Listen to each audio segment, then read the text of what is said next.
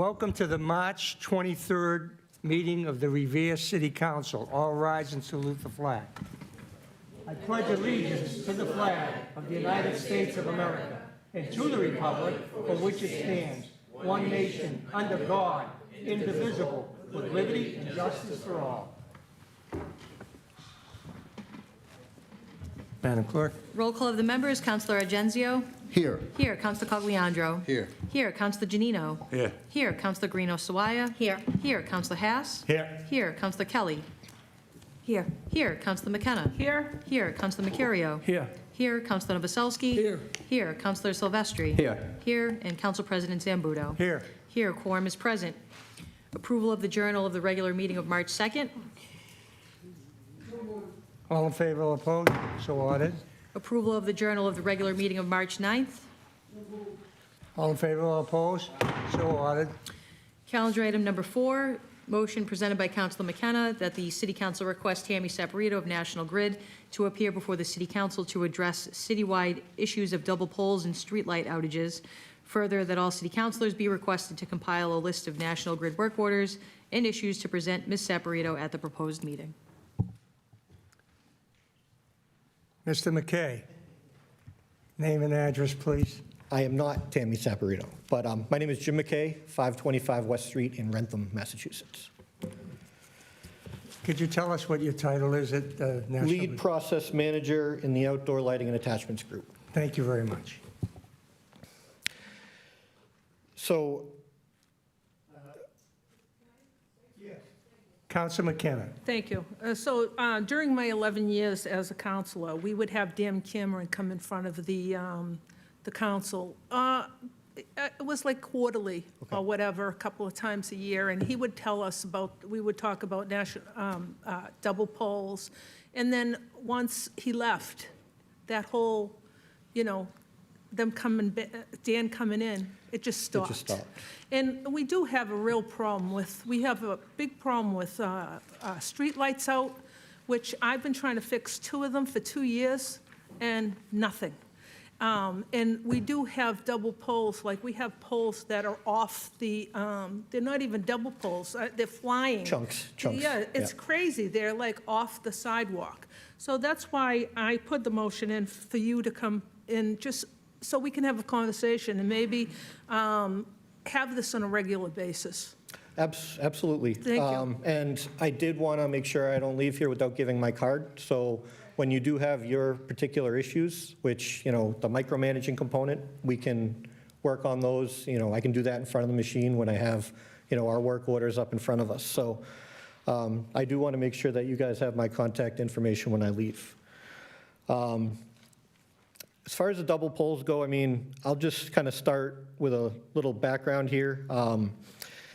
In Revere, 91% of the poles that are in the ground are jointly owned between National Grid and Verizon, right? So, we own 50%. In essence, they own the other 50%.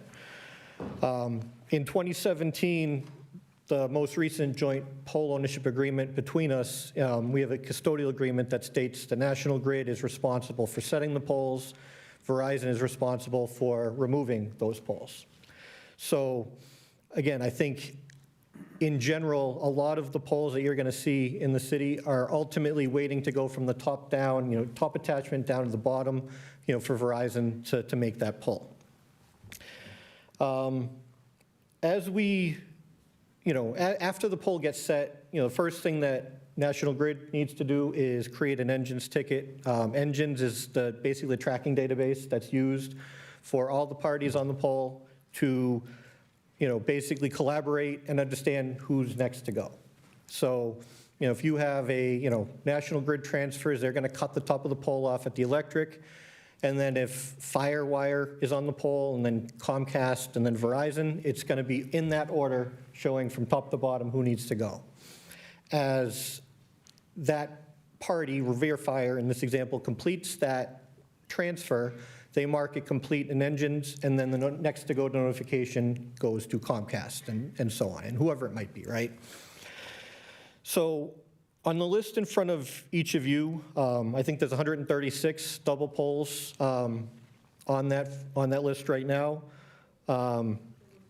I had added to it on Thursday. I went through the city looking at poles that had been set by National Grid over the past 2 or 3 years so that I could make sure that we're not missing any tickets.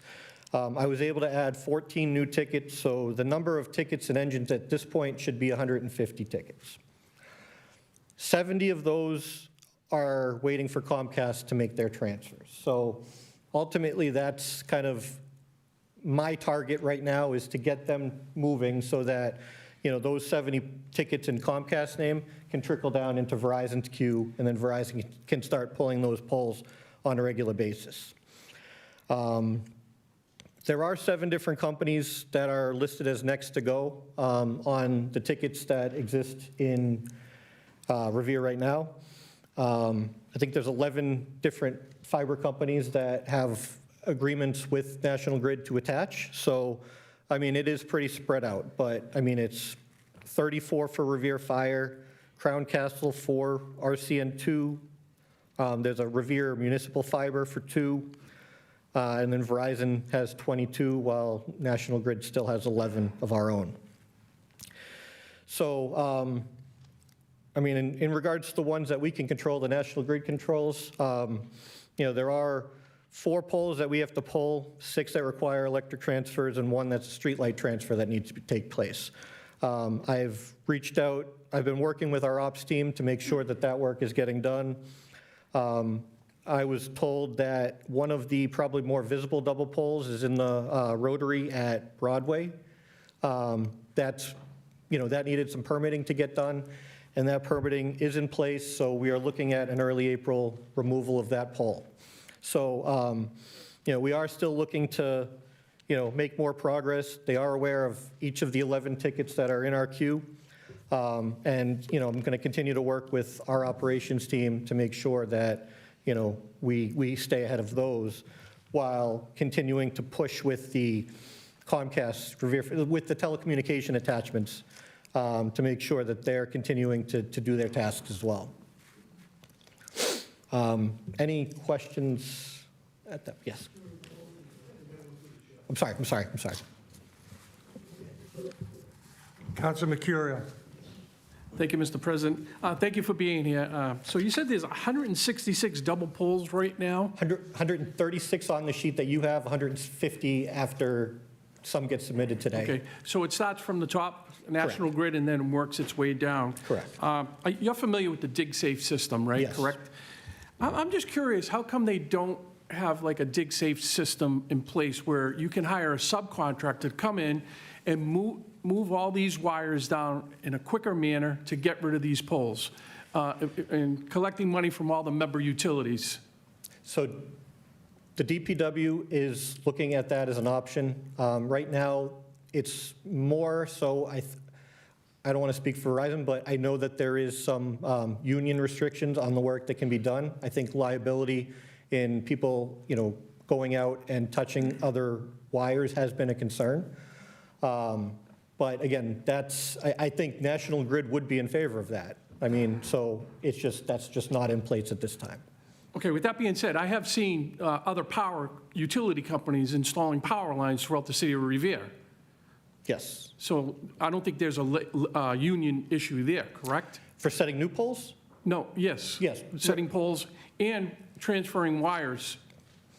I have seen, there's a crew down in Suffolk Downs right now transferring wires over to the new poles. The telecommunication wires? They look like power wires. Okay, so that would be when the pole gets set, the electric crews would be doing the electric work. But the telecommunication wires, which would be basically, there should be a 40-inch separation between the electric and the telecommunication wires. So the ones towards the bottom is where you're going to see Verizon cable, the telecoms.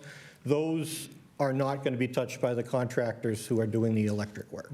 Okay. I just think it would be easier and to expedite this a lot quicker is to hire a subcontractor, get a qualified company to come in and move all these wires. I know it may be a union issue, but with 166 or even more double poles in the city, it's just a blight on the city of Revere right now, and it doesn't really look good at all. No. And I know we've been battling this, and this council's been battling this for quite a long time now, and we seem to be stuck somewhere right now. I know that National Grid really doesn't have that many wires to change over. After looking at the list, I mean, we have to get on Revere Fire, Crown Castle, I don't even know what Crown Castle is, VZ Customer, I don't even know what that is. So that's a customer issue. I think a customer owes payment to Verizon for that work to be done. Okay, So they hold off until they receive payment from their okay. customer. So you're on top of all these other people on the polls?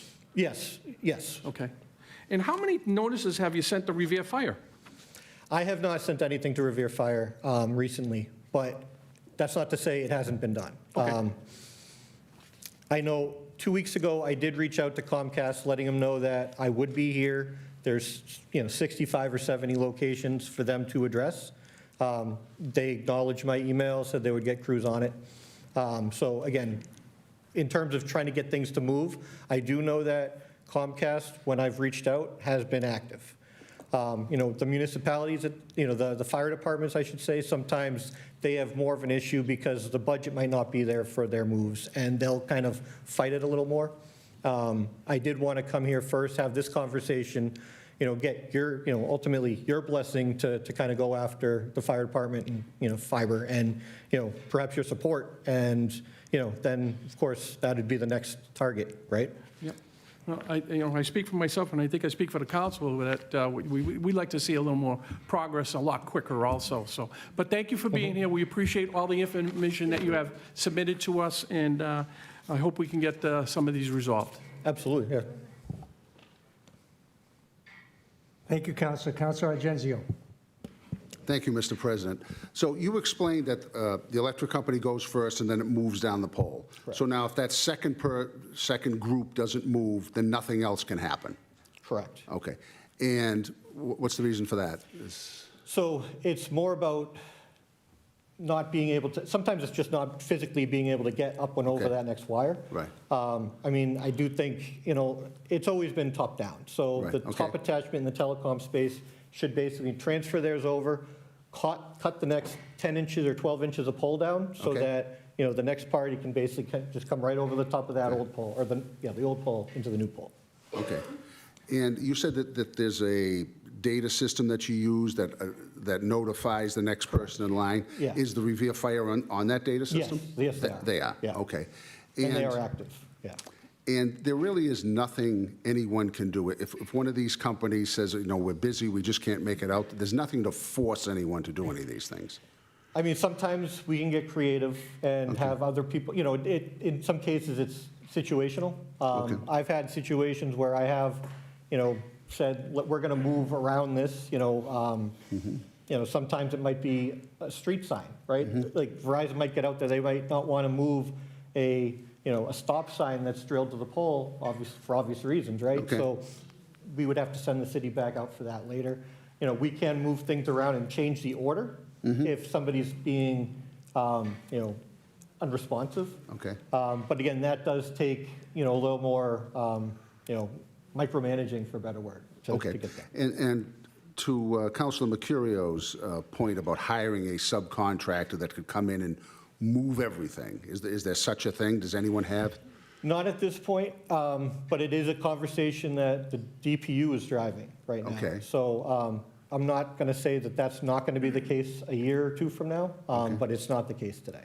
But every group that you mentioned would have to agree to that? Yes, and it would, electric would still be on its own. Right. But the telecommunications would be, in theory, would be one contractor doing all of that work.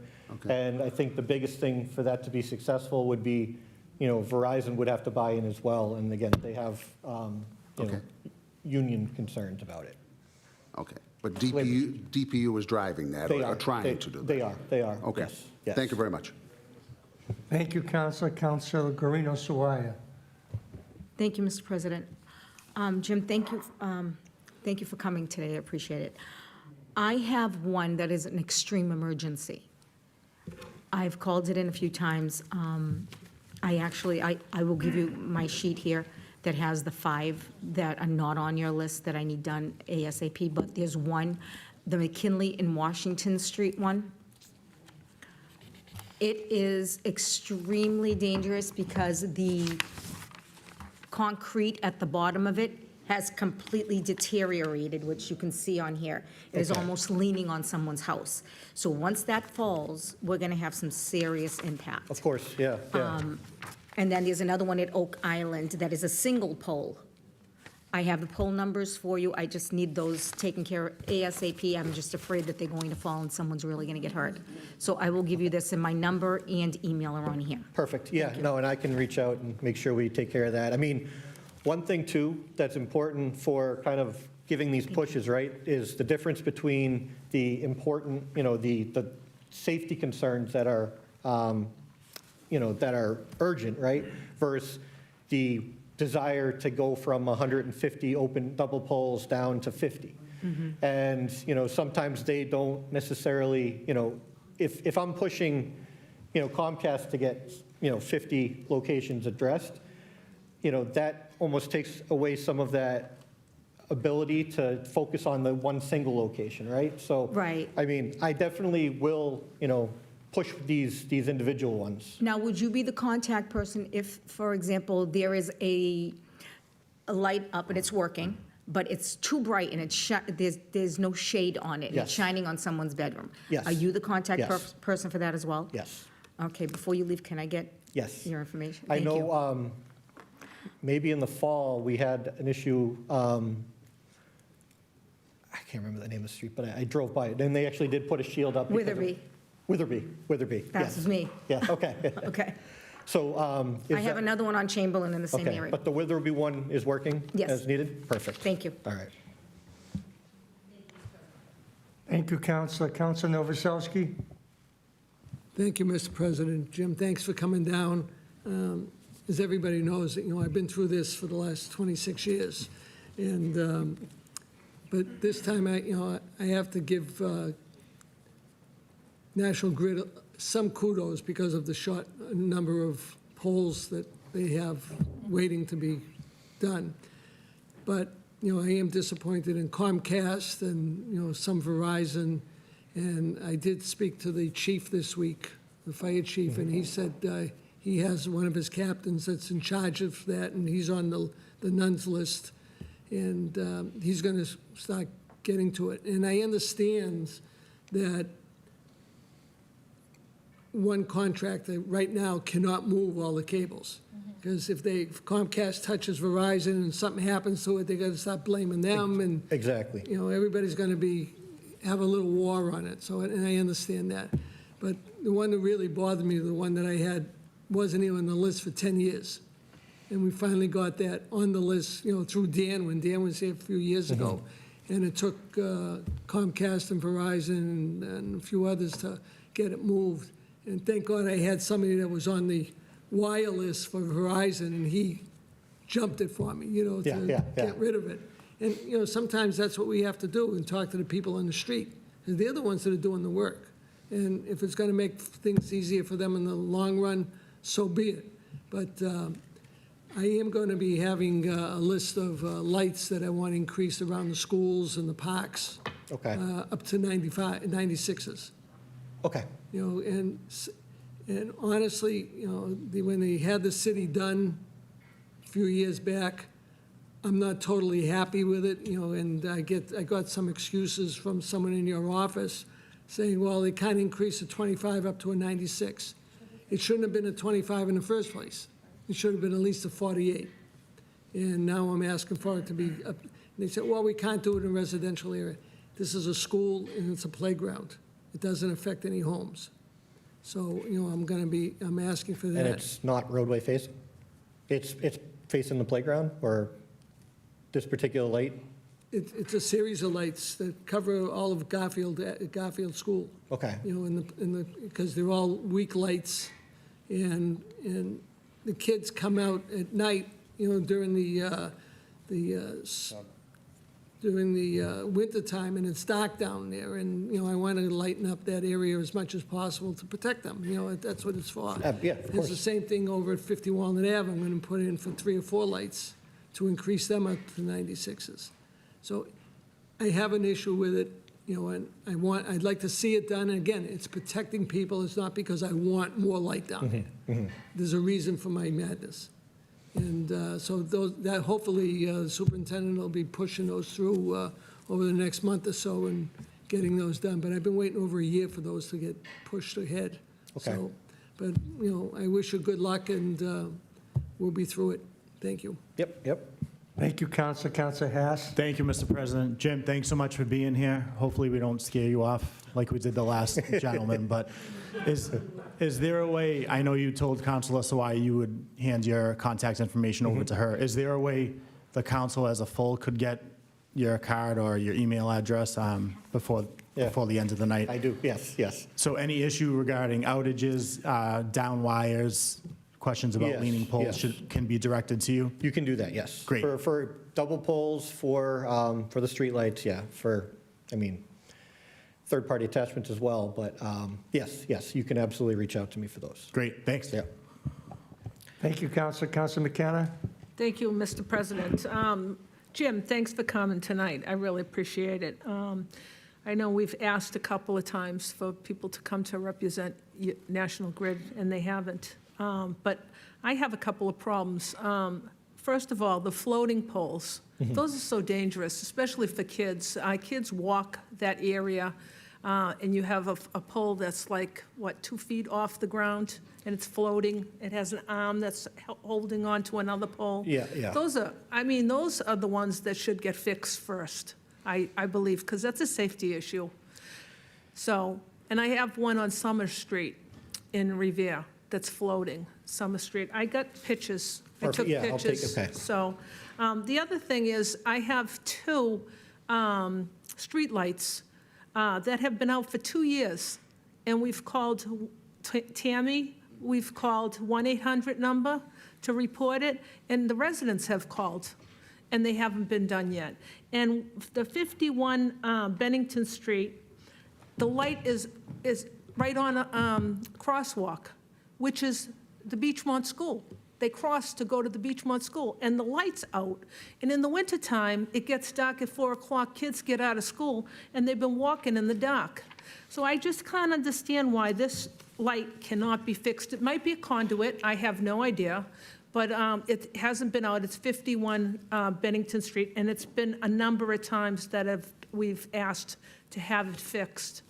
51 would be the address, correct? 51's the address, the poll number's... 227? No, I think it's 222. Wait a minute, hold on, I got pictures, hold on. 227. Yeah, so I did notice that one. Oh, no, that's not it. There is a work request for 227. And Yes. it's awaiting scheduling. That light's out. Yeah. It is 227. The other one is on Washburn Ave, 130 Washburn Ave. Unfortunately, the man he's the last house on Washburn Ave, and then there's the marsh. And he works at night, and he has a hard time. He's a DJ, so he has to take the stuff out of his trunk and everything. It's really dark. That's 1432, and that's 130 Washburn Ave. That's another one that I've been asking for 2 years, and it hasn't been done. Okay. But I have pictures. I just want to tell you that we have a lot of lights, especially on Short Beach. We have 4 lights out on Short Beach, and it's number 1. It's right on the crosswalks as they cross to get over to the beach. And that's so dangerous. I don't know if you know Winthrop Parkway? So I think, if I remember correctly, those have a DCR base. Okay. So, and I can't speak to one in that pole one, but I do know that we were recently working on a few lights, and we had to reach out to the DCR because there was damage, the base was damaged. So that's another obstacle that we have to contend with, is the base belonging to DCR, the wiring up it belonging to us. So if the base is the problem, we have to communicate with them as well now. Well, I have a picture of number 1, and Okay. the base is fine. Okay, So I don't know and that's where a crosswalk is, and that's crucial to people's safety. of course, yes, So I'll give you that number, too. yes. Thank you very much for coming. Thank you, Counselor. If I might make a few comments from the chair. I want to thank I want to thank you for coming here tonight, and yeah, you did a great job. You're very professional. Nobody tried to beat you up here tonight, and that's you're probably making a little more money than the last guy they creamed up here. So, you know, They gave me 2 of them, so I have to, yeah. one of my pet peeves is that they tee off on a guy that might be making 40 grand a year, and it's not fair. But we've come a long way. You know, I've been here a lot of years. I don't want to keep mentioning how many years I've been here. Someone might say maybe you should move on. But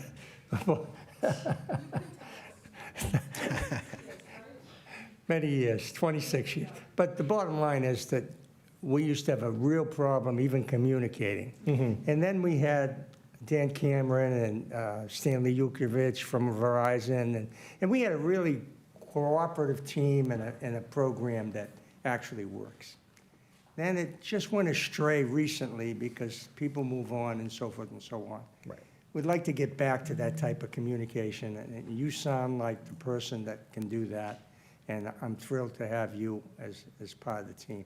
I just hope somebody doesn't offer you more money and you go somewhere else. So the people who would be behind me are probably better at this than I am, so I feel no worry there, but. No, but I appreciate, you seem like someone who's concerned with his job, and you're going to do the right thing, and that's a big step forward for us up here. So thank you very much again. Of course, you're welcome. And we'll see you soon. Thank you. Thank you. Yep. Can I hand them out, or do I have?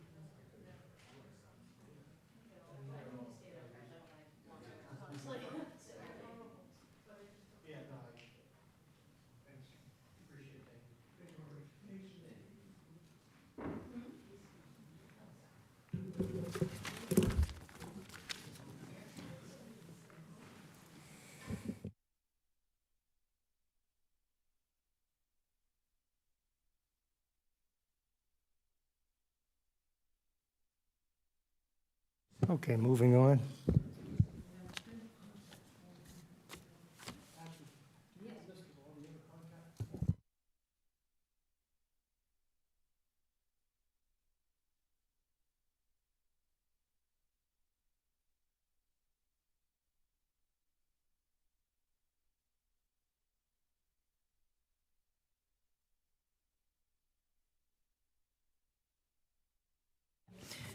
Public comment pursuant to Chapter 402 of the Acts of 1965, Revere resident or business owners only.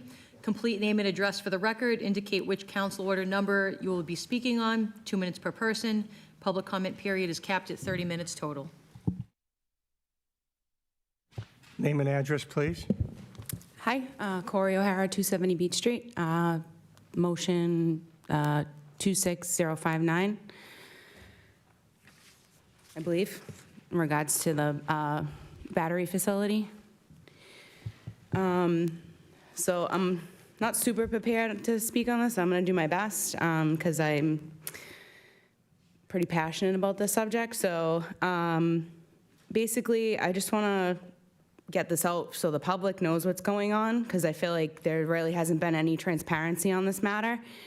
But basically, an attorney, when this application was submitted to site plan review, the documents were submitted back in January, and the attorney that submitted the letter on behalf of the applicant, Flatiron, the attorney submitted a letter and said that this project would be protected under the Dover Amendment, which really basically pushes this project through from site plan review right over to permitting.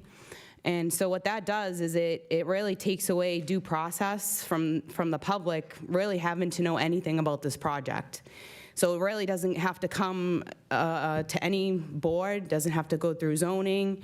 And at this point, I don't think anybody in the public knows anything about this project. And why that matters, it matters for a few reasons, but mostly this is an industrial-sized project.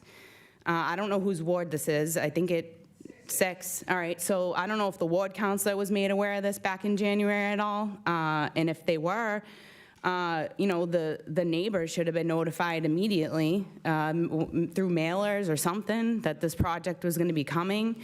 They should have been involved in the process. I myself am very familiar with Citizen Serve. I worked with that application for years, but because site plan review, the agenda, the wrong site plan review number was listed on the agenda, the street name spelling was wrong. I had a hard time in Citizen Serve locating the project myself. I couldn't find any of the files. I had to dig through because the number was wrong. And once I did find the file, I found that letter from Flatiron saying that the project was protected by the Dover Amendment. This project alone, there's 57 battery units there, and if one of those batteries catches fire, it can send toxic plumes across that area of the city, which would cause a evacuation, shelter in place,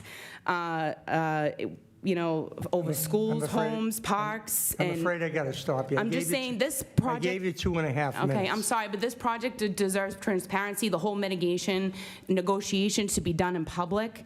It's a shame that none of this has been brought to public, and it really All right, demands, we deserve better than this. We're going to address that. Thank you for your Thank you. comments. First of all, you know, one of my least favorite amendments is the Dover Amendment. This doesn't belong before the city council here tonight. It's on the agenda. You got to speak about it. This mitigation is done, if anywhere, through the mayor's office, not here. We have no say in it. It's a disgrace. I think the Dover Amendment's a disgrace, but unfortunately, we have to follow laws here, and that's what I do. So, any councilors want to speak on this? Councilor Cortleandro. Oh, I apologize. We're still under public comments. Anyone else? Anybody else want to speak? Public comments? Name and address for the record? Yes. And then the item you're speaking on. Well, actually, I just wanted to bring to attention, if I could. Name and address, please. Yes, Travis Alpert, 19 Coolidge Street. And what I wanted to bring to the attention was we have throughout the past 3 years, we had through MassDev, we had a TDI fellow.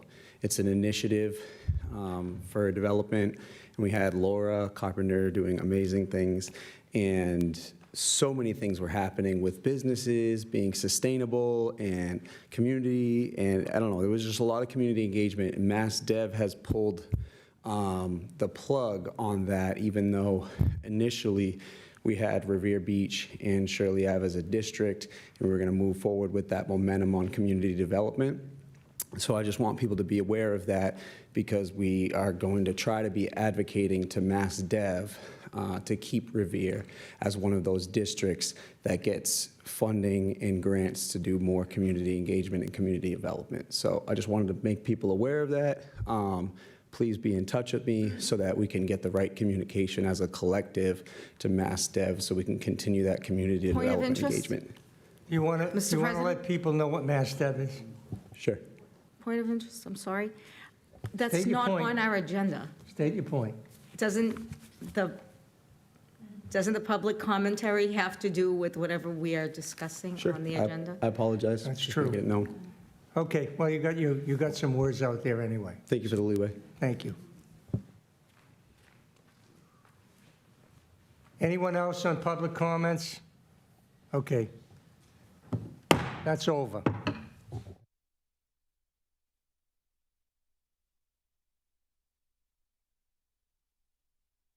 Can she speak on it? It was still open in public comments. Go ahead. So, You want to give her 2 minutes? Okay.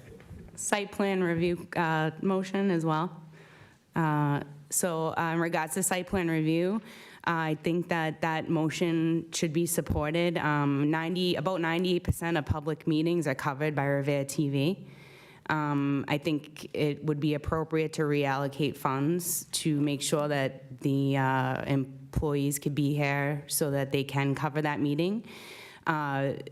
Most projects, like meat and potatoes, get like discussed in that meeting, and there's no minutes kept to those meetings. So anything that gets discussed there, nobody, unless they're there at those meetings, would ever know what gets discussed at those meetings.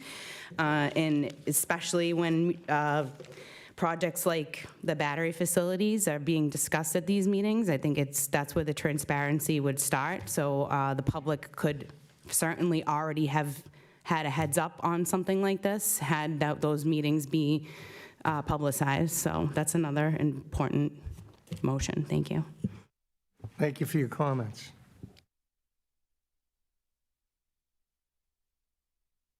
Now officially, the public comment section is over.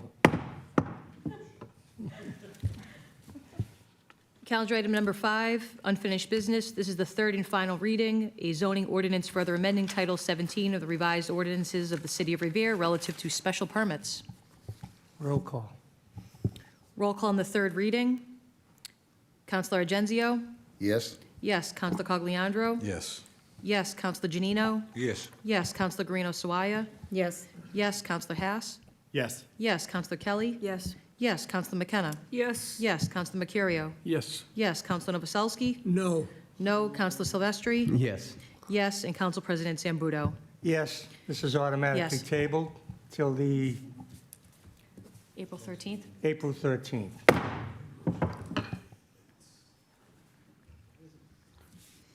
Zoning Subcommittee report?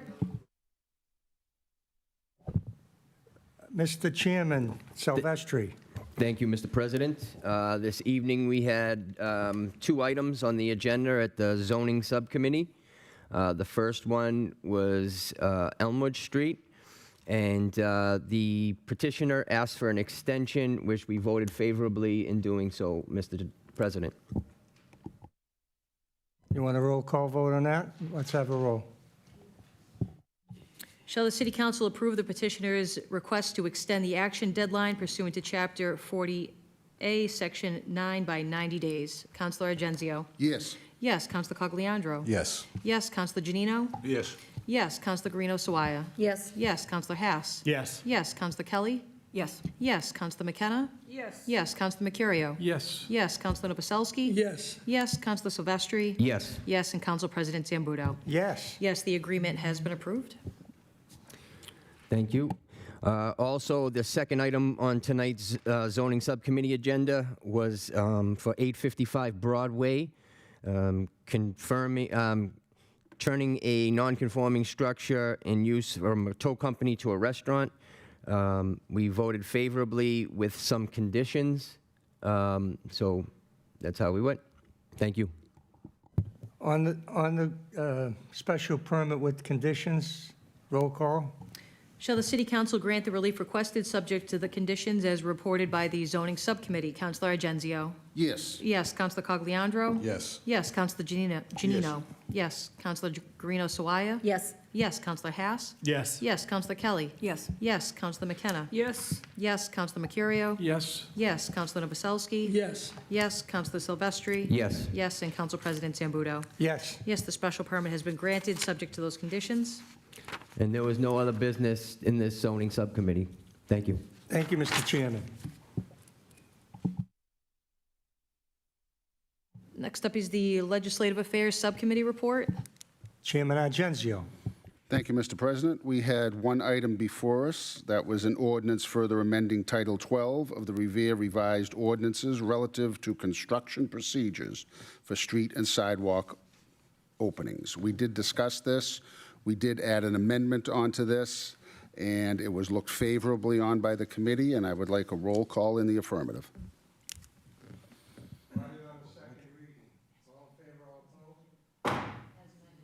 As amended.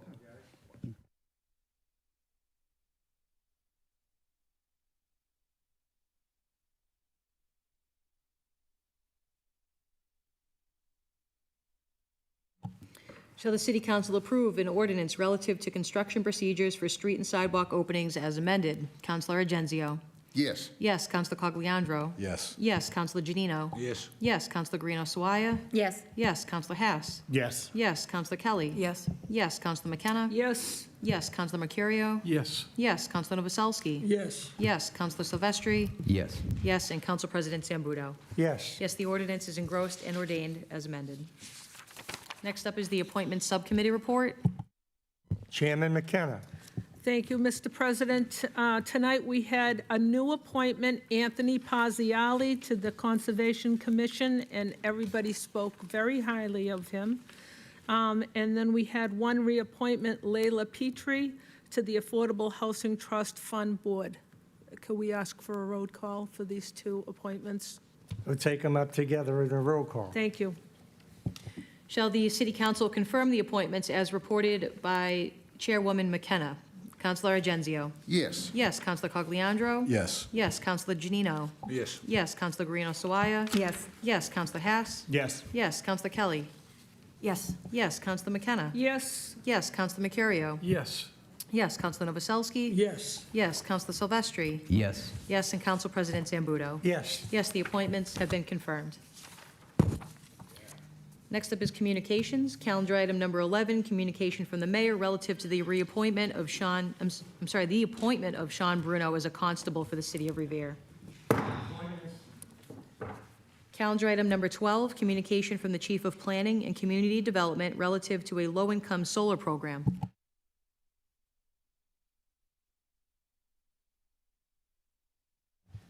Mr. Chief. Good evening, everyone. Tom Skrowski, Planning and Community Development. What I have in front of you tonight is a bit of an unconventional partnership, but one that we have developed with a group called Parallel, a New Bedford-based solar company. They're working with Revere Power Choice, which is our municipal aggregation provider. Essentially, there's a new program called Smart 3.0. The Commonwealth delivers solar credits to large solar arrays for different projects they're working on. It's basically incentives to help make the projects pencil out. And so one of the incentives of the Smart 3.0 program is that the solar array developer must essentially find a certain number of credits to attach to a community, and specifically low-income ratepayers within a community. So our team at Revere Power Choice connected with Parallel and essentially formed this partnership, which the agreement in front of you tonight basically looks to partner with our municipal aggregation program over a 20-year period, and in doing so provide rate decreases for income-eligible members of our municipal aggregation program. So we have about 2,300 of our folks that are enrolled in the program are eligible as low income, and will actually receive a discount on their rate if and when this agreement gets executed. It'll amount to about $800,000 over the course of the entire year. So for the average ratepayer, that comes out to about $350 for the year for somebody that's low income qualified. The reason this agreement is in front of you is it's a 20-year agreement, and any agreement above and beyond 3 years needs to go in front of the council. This has been reviewed by our internal counsel as well as the team at Mass Power Choice. Although it's a 20-year agreement, if there ever is a situation where we are no longer a municipal aggregation community, which every 3 years we'll choose to either renew or not renew that designation, if we choose not to be a municipal aggregation community, this agreement would essentially just extinguish. So it's really, in short, low risk, high reward. There's really no risk to the city for signing this agreement. All the income eligible ratepayers will receive, a sizable discount on their monthly electricity bill, which will layer onto the additional discounts we've already been offering through the Revere Power Choice program. And just to put in a little plug for that program, already as of February this year, so the program's been in for about 8 months, and we've saved ratepayers, not just income eligible, but across the city. Anyone that participates in the program, we've saved over $980,000. And that was just as of February. Now that we're into March, I'm sure we're well over $1 million. So it's a great program, one that has already been bringing savings to ratepayers across the city. This will just layer on top of that and add additional savings for low-income eligible ratepayers. So happy to answer any questions you might have about the agreement. Councilor Guarino Sawaya. Thank you, Mr. President. Tom, thank you for the presentation. Is this an opt-in option for them, or is it being thrown on them that they have to do it? So this is essentially if you're already part of Revere Power Choice and you are enrolled in the low-income program, which Revere Power Choice and National Grid essentially screen your eligibility, then yes, you'll just receive a discount on your bill by being enrolled in it. But there's no obligations or anything that comes along with it if you are in the program. But you said you were signing a 10-year contract, is that what you said? It's a 20-year contract. 20-year contract, so would the residents be in it for 20 years? What if it doesn't work out, equal out the way you think it's going to work out? You know what I'm saying? Right, so the only way it would work out, it would only work out to a discount to the ratepayers. It would never be anything more than that. It's essentially the state saying to this solar developer, if you're going to build a solar array in our state, they provide incentives to the developer, but then they say, as part of that package, as part of what we're giving you, you must find a population in the Commonwealth to provide, because of the solar energy that you're creating, to provide a discount to a certain number of eligible residents in the Commonwealth. And I think what this developer is doing, they're basically using municipal aggregation programs across the Commonwealth to, let's just say, for example, if they say you need to provide discounts to 10,000 income eligible ratepayers across the Commonwealth, here they've got 2,300 in Revere's municipal aggregation program, then maybe they'll go to New Bedford, they've got another 6,000, and they basically have to show that they've met their obligation in order to receive the incentives to build the solar array. Can somebody be turned away even though they qualify? Is there a cap? There isn't a cap. That's a good question based off of what I just said, but it basically anyone that is participating in the low-income program in Revere will receive this credit. Okay, what's the downside? I don't believe there is one. Because, I mean, these are all the benefits that we can get out of it, but there's always a catch somewhere. I would just say our city solicitor and the team at Mass Power Choice that does this work didn't identify anything of the sort. Thank you. You're welcome. Thank you for the leeway. Thank you, Councilor. Councilor Silvestri. Thank you, Mr. President. Tom, I think you might have clarified my question just by continuing to speak. But is the company, the name of the company, that solar, what is it, low-income solar program? They're just building a solar array somewhere in the state. With low-income people don't have to go out and get solar panels to get into this program.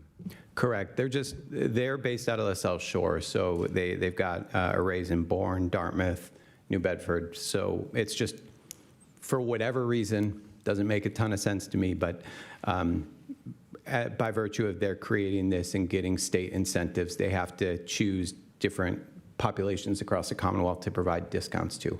Okay, perfect. Thank you. Thank you, Councilor. Councilor Mercurio. Thank you, Mr. President. Tom, just a couple of questions. I read over this contract, and how long has this company been in business in the state of Massachusetts? That's a good question. One, to be quite honest, I don't have the answer to, although I have seen evidence of their arrays in the communities that I just noted. Okay. Item number designated account 5.2. The city shall distribute funds from the designated account to suppliers to reimburse suppliers for the provisions of the savings associated with the low-income product participating low-income customers under the program pursuant to the following process. So there's some certain things that the city has to follow and the provider have to follow, correct? Correct. So there were a few of those areas that our city solicitor identified just to make sure that we were able to fulfill our obligations here. And in talking with, I say Revere Power Choice, the company that is our municipal aggregator is actually Peregrine, a statewide organization doing business as Revere Power Choice in Revere. But anyway, the provider is the one that will be taking care of all, essentially, they have to identify who's eligible, connect them with Parallel to make sure that they're receiving the necessary discounts. But Peregrine, Revere Power Choice will do all that work. Okay, I have a few more questions with this. And who distributes the funds? Now, it says the city has to distribute the funds.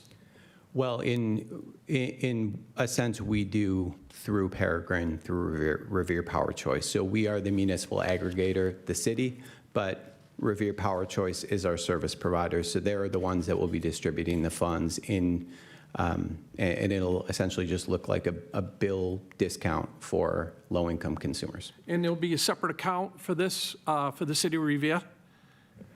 For the funds to go into? It'll essentially be a pass-through through our municipal aggregator. Okay. I read this quite thoroughly over the last couple of days, and there's a few concerning things in here that I have questions on that I could take probably an hour to ask you. So I probably would like to sit down and go over a few of these items with you, if I may, because there's some things that are a little concerning in this agreement that I'd like to talk to you about before I give you the green light on this, before you get my yes vote. Okay. Thank you, Mr. President. Thank you, Counselor. If I might. So I think, I'm inclined to send this to Ways and Means so there can be some more discussion on it. I see that it's a pass-through, and I see the whole, what's going on with it, but I'm just a little uncomfortable voting on this after just getting it. So unless there's a sense of urgency for some reason, are these people going to lose their discounts if we went to committee and waited till the next meeting to vote on this? Or? So, Councilor President, when would the next meeting of Ways and Means be? I'm sure we could schedule one soon. Yeah. The next meeting? Happy to do it next meeting. Yeah. And so- The 13th. Okay. The one thing I'll say is the company is basically very aggressive in trying to secure the organizations that would help them fulfill their obligations. So Okay, well, time is of the essence, but I think we could I meet think that. if they can't wait the week, we don't want them. How's that? I understand, but we got to make sure we're protecting the residents. So we're going to go to committee with it, Mr. and we'll President? vote on it next week. Through you to Tom, if that's okay.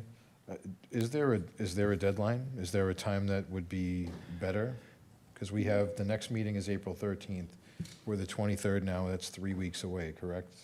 That's Correct. Okay. So what would be acceptable to this company? If it were possible to have something sooner than the 13th, that would be great. I didn't get a firm timeline from them, more of a time is of the essence kind of thing.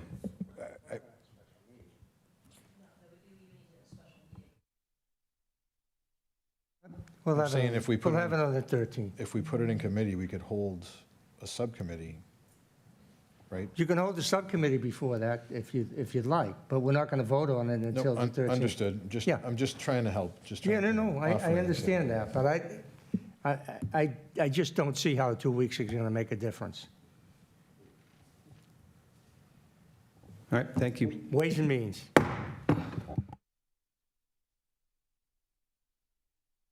Motions, calendar item number 13, motion presented by Councilor Kelly that the mayor request Fire Chief James Cullen and Captain Kevin O'Hara to appear before the City Council on Monday, April 13th, to provide a public safety briefing regarding the proposed battery energy storage system facility at 0 Muzzy Street. The briefing should address emergency response considerations associated with the facility of the scale, including fire suppression strategies, hazardous materials considerations, potential evacuation procedures, coordination with public safety agencies, and any training, equipment, or operational planning necessary for the City of Revere to respond effectively to an incident involving a battery energy storage facility. The purpose of this presentation is to ensure that the City Council and public have a clear understanding of the public safety preparedness and emergency response planning associated with a project of this magnitude. Councilor Kelly. Thank you, Mr. President.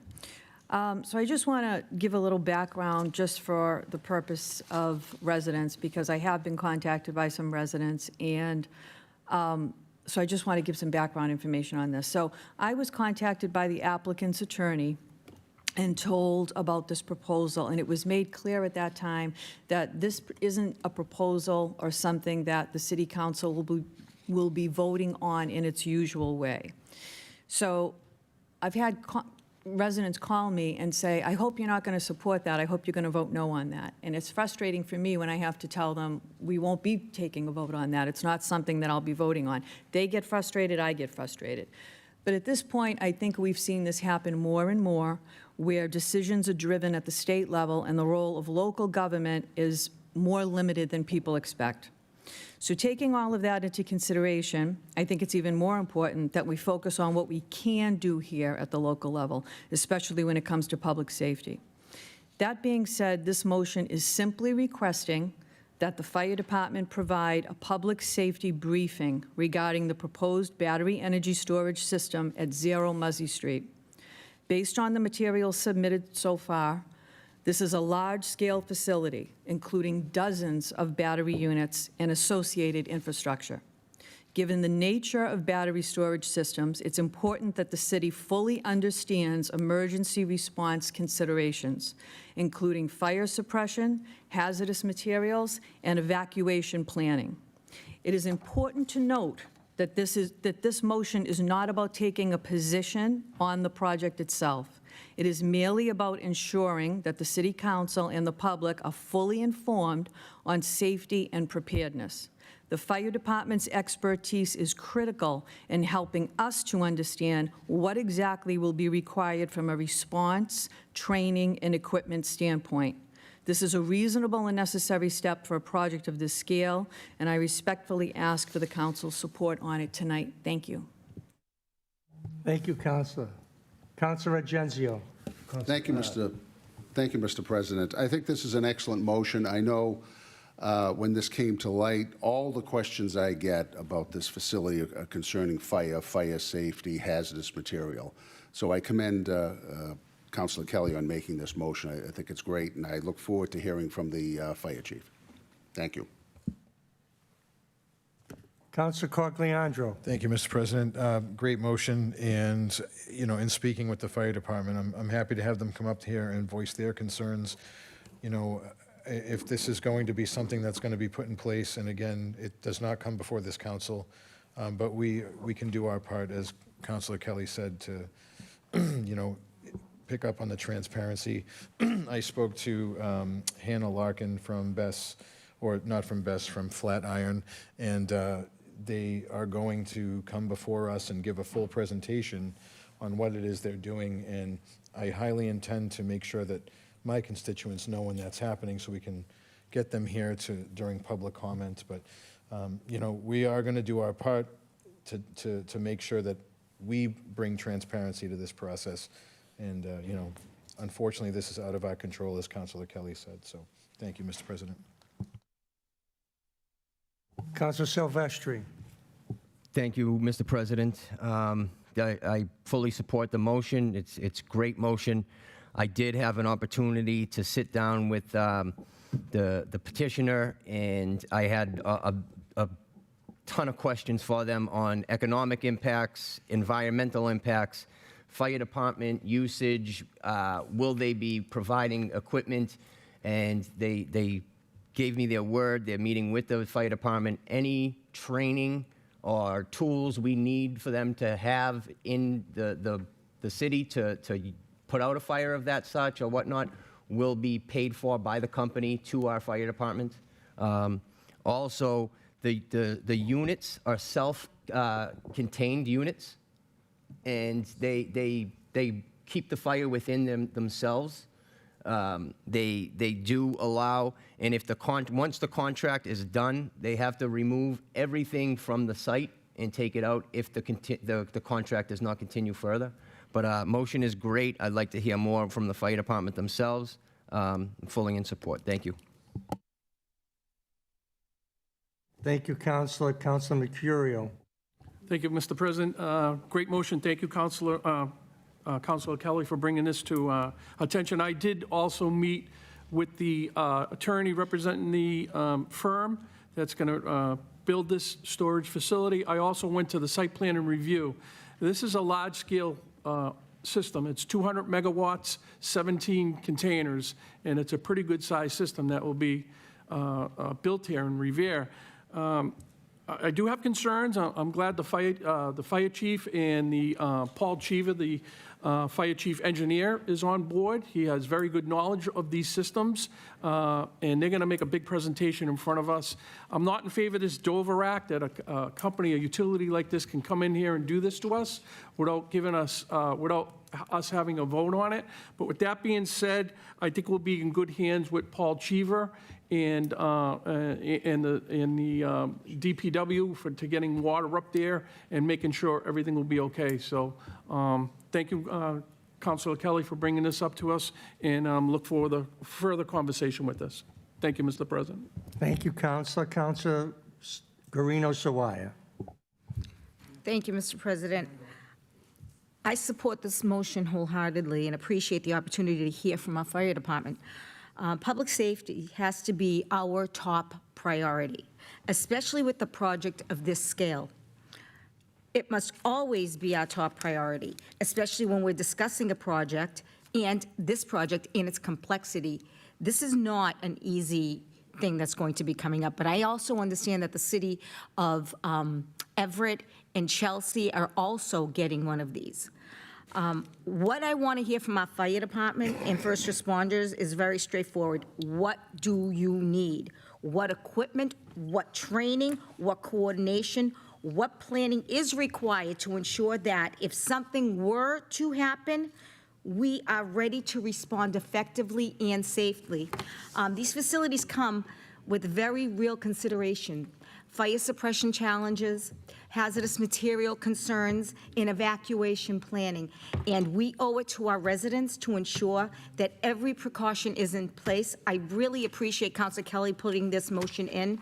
So while we may not have the authority to prevent a project like this because of the Dover Act, we absolutely have the responsibility to make sure our city is equipped, prepared, and protected. That is where our focus should be, and thank you, Councilor Kelly, again for putting in this motion.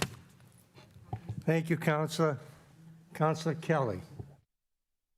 Thank you for the leeway, Mr. President. I just want to bring up a couple of points of clarification. So we keep hearing about the Dover Amendment. Because these battery energy storage systems, I've been doing some research, they're new. The Dover Amendment, it's not settled law, okay, that these battery energy storage systems fall under or are protected under the Dover Amendment. That is not settled law as of yet. It is what we're hearing, it's what's being said. That being the case, even there is additional legislation that will be in effect in June or July that will govern this and will require projects such as this to go before a state siting board. So I just want to give that little bit of clarification.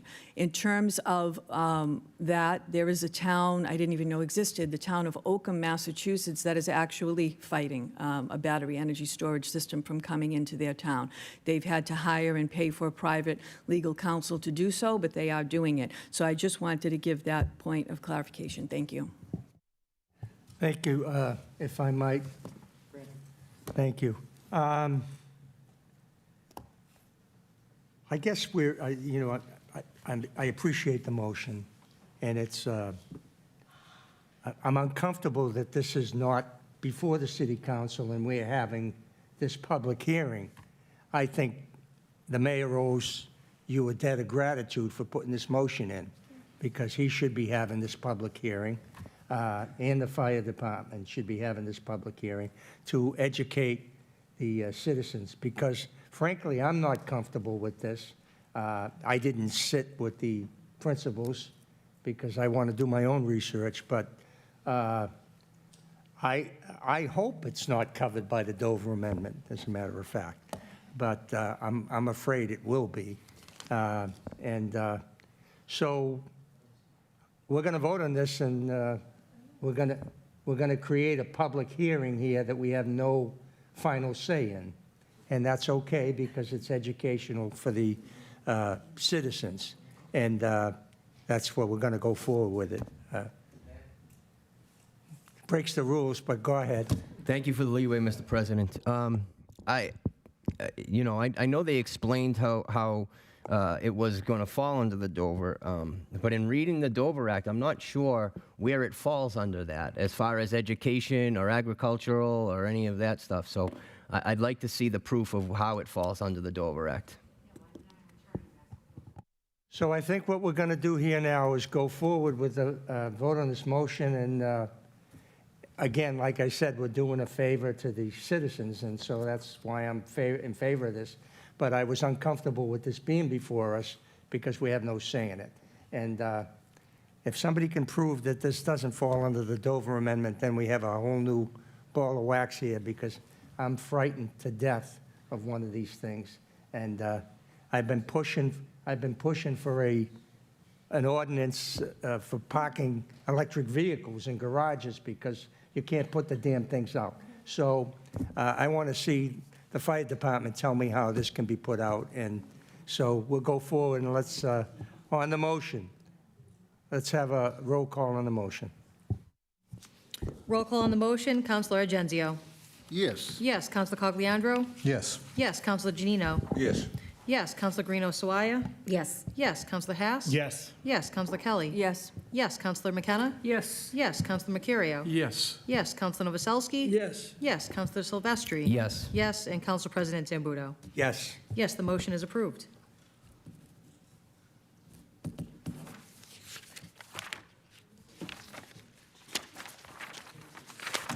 Calendar item number 14, motion presented by Councilors Cogliandro and McKenna that the mayor and the city solicitor appear before the city council in executive session to provide an update regarding the status of the eminent domain court proceedings related to the Wonderland property.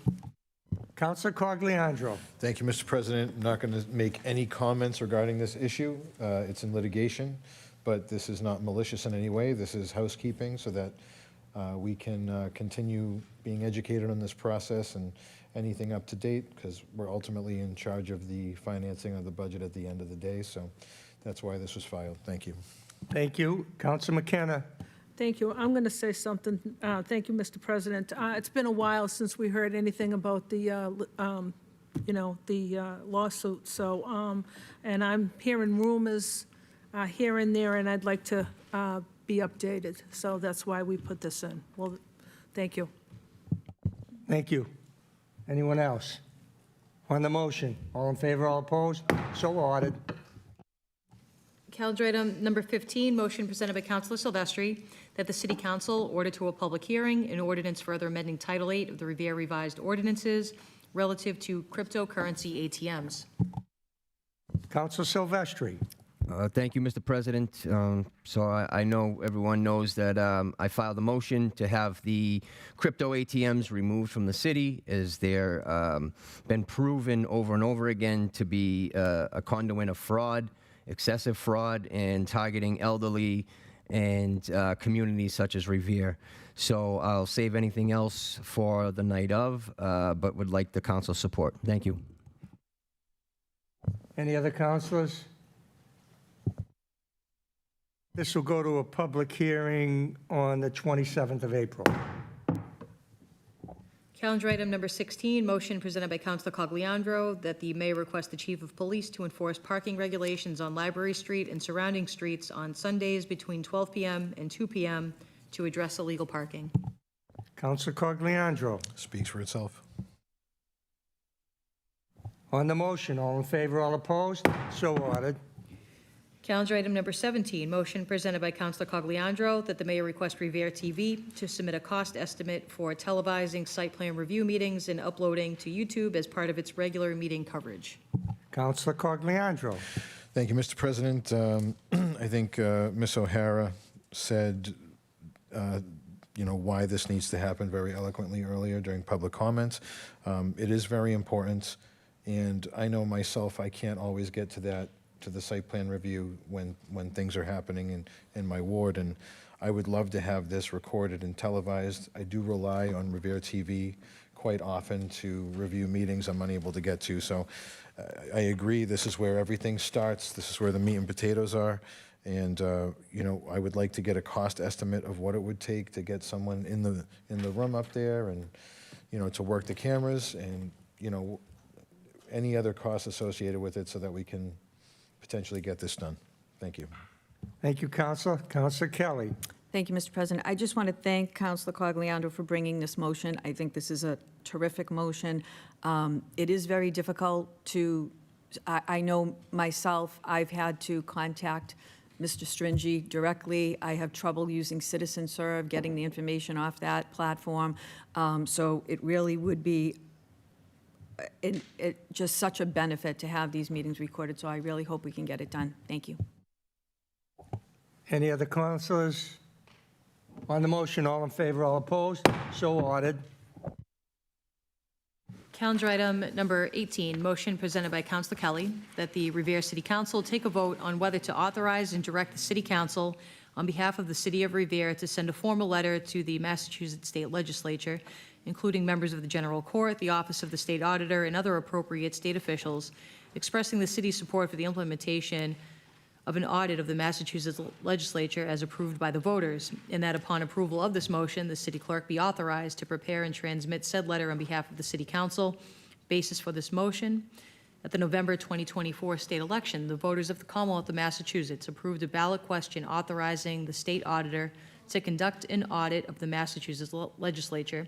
The voters of the City of Revere similarly expressed their support for said ballot question, and it is fundamental to a representative democracy that the will of the voters be respected and implemented in good faith. Counselor Kelly. Thank you, Mr. President. This really is a very straightforward motion. Not just here in Revere, but voters across Massachusetts approved a ballot question supporting an audit of the legislature. Here in Revere, we had over 9,500 voters that supported this audit. This motion simply asks whether the council wants to send a letter reflecting the decision of our Revere voters. It does not create any new policy or obligation. It's merely a communication. And we'll be following the town of Reading's lead on this, as they've already done so. And I also think that we have a responsibility to formally acknowledge the will of our voters in support of this audit by way of a letter to the Massachusetts State Legislature. We have the opportunity to be one of the first municipalities to show that we stand behind our voters on this issue, and I think we should take a stand and do it. Thank you. Thank you, Counselor. Counselor Guarino-Sawaya. Thank you, Mr. President. While I respect the intent behind the motion, I have concerns about the role of this body in this manner. The Revere City Council is a municipal legislative body, and we do not have jurisdiction over the internal operations of the Massachusetts legislature. Residents already expressed their will through the vote on the ballot question, and the responsibility for implementation lies within the appropriate state entities, not us.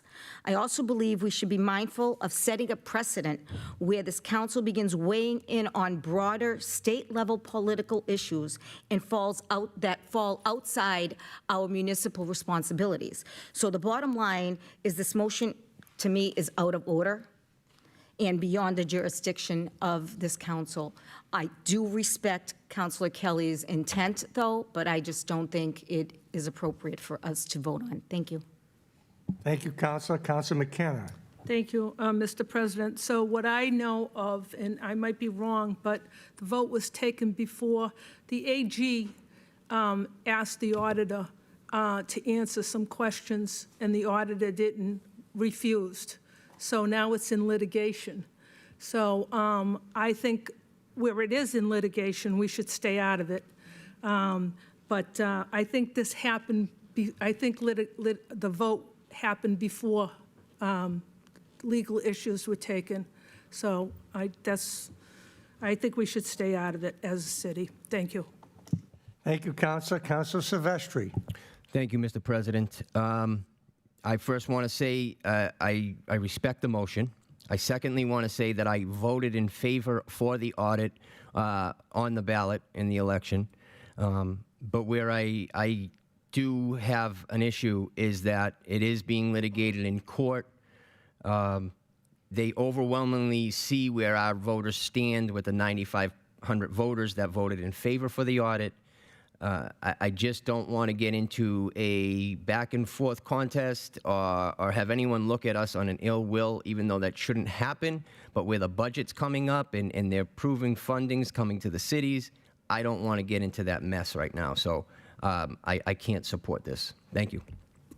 Thank you, Councilor. Councilor Agenzio. Thank you, Mr. President. And I just want to echo what my colleagues have been saying. I certainly respect the intent of the motion. And I know that we all support the voters of Massachusetts and certainly the voters in Revere and their desire to see an audit carried out. That said, this issue is heading for the courts, and there are real legal and constitutional questions involved, including concerns about separation of powers under the Massachusetts Constitution. Because of this, we should allow this process to play out, let the courts take it up, and respect the outcome of that court decision. And in my opinion, at this point, sending a letter stating the obvious being that we support Revere voters, about something that we certainly agree on, it seems that it is just symbolic and not substantive. So for that reason, I don't think a letter from us that holds no weight that we need to send. That would be unnecessary. Thank you. Thank you, Councilor. Any other councilors? All right, so I'm going to, if I'm allowed, I'll speak on this. I've been on record for many years of being against these kind of letters and resolutions, and I was always overruled by this body because people had an agenda. I find myself in a position where I want to support this because this is the will of the voter. So I may break my tradition and support this tonight. And I know it's against all my dear friends, and I had calls from some of them, and we discussed it. But I have to be principled to what I think. And I think when people vote for something, that's different than any of these resolutions that were passed to try to shut a power plant down or whatever. I voted against all of them, but I find myself in the opposite position tonight that I know the letter, and my colleague to my right is absolutely right. This letter won't mean a hill of beans to anybody. But for me not to support this motion, I wouldn't be able to sleep tonight. So that's my position on this, and here we go. So we'll have a roll call. Roll call on the motion. Councilor Agenzio.